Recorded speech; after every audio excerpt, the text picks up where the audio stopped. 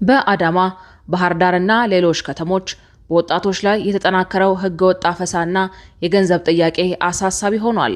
በተለያዩ የኢትዮጵያ ከተሞች በወጣቶች ላይ ያተኮረ መጠነ ሰፊ ህገወጥ የግዳጅ አፈሳና እገታ እየተካሄደ መሆኑን እንደሚገኝ የዓይን እማኞችና የተጎጂ ቤተሰቦች ለመሰረት ሚዲያ ገልጸዋል።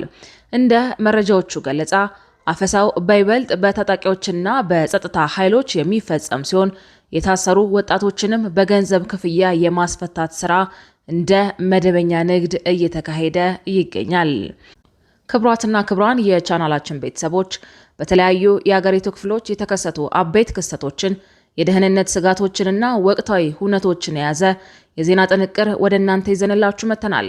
ቻናሉን ሰብስክራይብ፣ ላይክ፣ ሼር፣ ኮመንት እያደረጋችሁ መረጃዎቹን እስከ ፍጻሜው እንድታደምጡ እንጋብዛለን። ወደ መረጃዎቹ እንሄዳለን።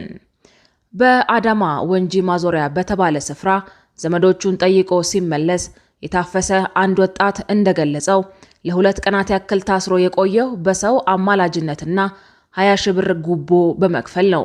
ታፋሾቹ ሞይንኮ ጋራጅ ጀርባ በሚገኝ ሚዛን በተባለ የፍየል ማቆያ መጋዘን ውስጥ እንደሚታጎሩና ክፍያ መፈጸም ያልቻሉ ከ100 በላይ ወጣቶች አሁንም በዚሁ አስቸጋሪ ሁኔታ ውስጥ እንደሚገኙ ጠቁሟል። በባህር ዳር በቀበሌ 13 ጎፋ ሰፈርና ገጠር መንገድ አካባቢዎች በተካሄደ አፈሳ በርካታ ወጣቶች በሲኖትራክ መኪኖች ተጭነው ተወስደዋል።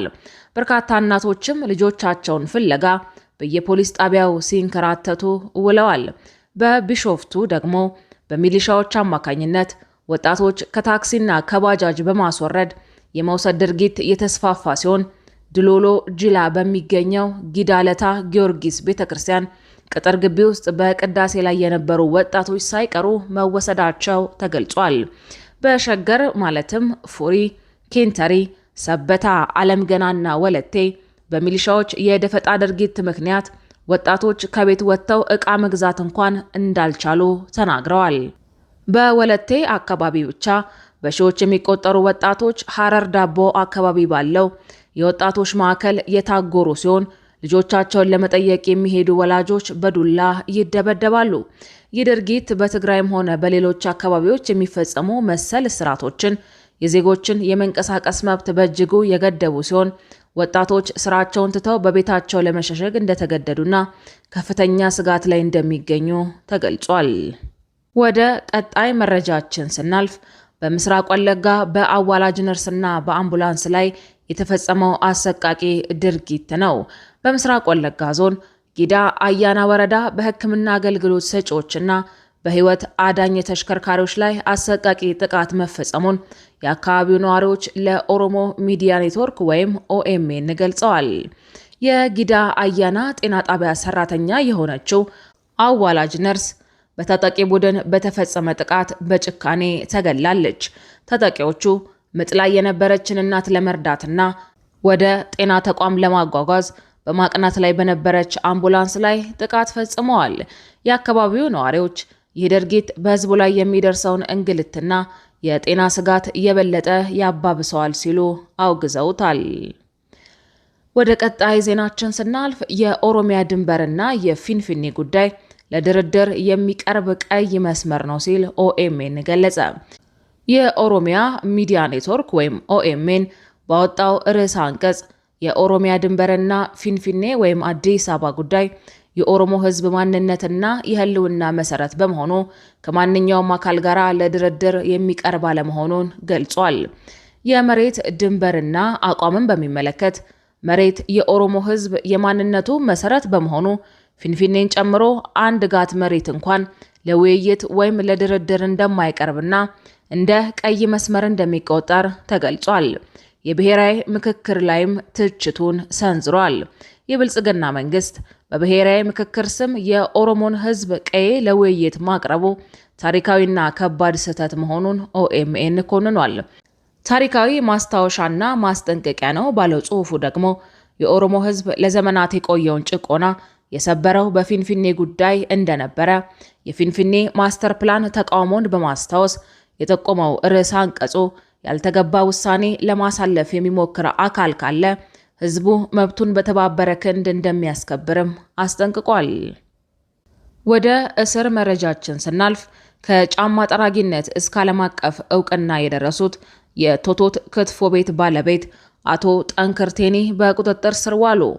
ከአቡነ ጴጥሮስ አደባባይ ጫማ ጠራጊነት ተነስተው እስከ ዓለም አቀፉ የዜና አውታር ሲኤንኤን ዘገባና የዓመቱ በጎ ሰው ሽልማት የደረሱት የቶቶት ባህላዊ ሬስቶራንት ባለቤትና ዋና ስራ አስፈጻሚ አቶ ጠንክር ቴኒ በፌዴራል ፖሊስ ቁጥጥር ስር መዋላቸው ተሰማ። የፌዴራል ፖሊስ ከቀናት በፊት ከገቢዎች ቢሮ ሰራተኞች ጋር በተያያዘ ባካሄደው የሙስና ተጠርጣሪዎችን በቁጥጥር ስር የማዋል እርምጃ አቶ ጠንክርንም ከነዚሁ ተጠርጣሪዎች ጋር አብረው ከነሐሴ 2 ቀን ጀምሮ በሕግ ቁጥጥር ስር ውለዋል። ባለሀብቱ በቁጥጥር ስር በዋሉ በ11 ተከታታይ ቀናት ውስጥ እስከ ነሐሴ 13 ቀን ድረስ ማለት ነው ፍርድ ቤት እንዳልቀረቡ፣ የተጠረጠሩበት ወንጀል በግልጽ እንዳልተነገራቸውና የጊዜ ቀጠሮ እንዳልተጠየቀባቸው የቤተሰብ ምንጮች በስጋት ገልጸዋል። የተጠረጠሩበት ጉዳይ ከገቢዎች ጋር በተያያዘ ይሁን ወይም ደግሞ በሌላ ወንጀል እንደሆነ እስካሁን ድረስ በውል የታወቀ ነገር የለም። በቀጣይ በአዲስ አበባ ሕጋዊ ሁኔታና ተጠሪነት ዙሪያ በተነሳ ከፍተኛ ልዩነት ሳቢያ ለ4000 ጉባኤተኞች ተነቦ ይጸድቃል ተብሎ የተጠበቀው የብሔራዊ ምክክር ኮሚሽን ምክረ ሀሳብ ቃለ ጉባኤ ለ3ኛ ጊዜ ሳይነበብ ቀርቷል። ይህም በምክክሩ ተሳታፊዎች ዘንድ እንግልትና ቅሬታን ፈጥሯል። የአዲስ አበባ ጉዳይ አከራካሪ ነጥቦችና የሂደቱ መጓተት፣ አንደኛ የተቀረጹት አጀንዳዎችና የቀረቡት አማራጮች በ120 አባላት ባለው አዘጋጅ ቡድን በተዘጋጀው ቃለ ጉባኤ አዲስ አበባ ተጠሪነቷ ለፌዴራል መንግስት እንዲሆን ተመካካሪዎች ተስማምተው ነበር። ነገር ግን ከተማዋ የኦሮሚያ ክልል መቀመጫ እንድትሆን ህገ መንግስቱ እውቅና ይስጥ በሚለው ነጥብ ላይ 2 አማራጮች ቀርበው ነበር። እነሱም ሁሉም ክልሎች ርዕሰ ከተማቸውን በህግ እንዲመርጡ ማድረግ ወይም በህገ መንግስቱ አንቀጽ 49 ህዝብ 5 መሰረት በከተማዋና በክልሉ መካከል ያለው ግንኙነት በህግ እንዲደነገግ ማድረግ የሚሉ ናቸው። የቀረበው ተቃውሞና የውሳኔ ጥያቄ የኦሮሚያ ክልል ተወካዮችን ጨምሮ ወደ 350 የሚጠጉ ተመካካሪዎች በትላንቱ ቃለ ጉባኤ ላይ አንስማማም በማለት ቅሬታ አቅርበዋል።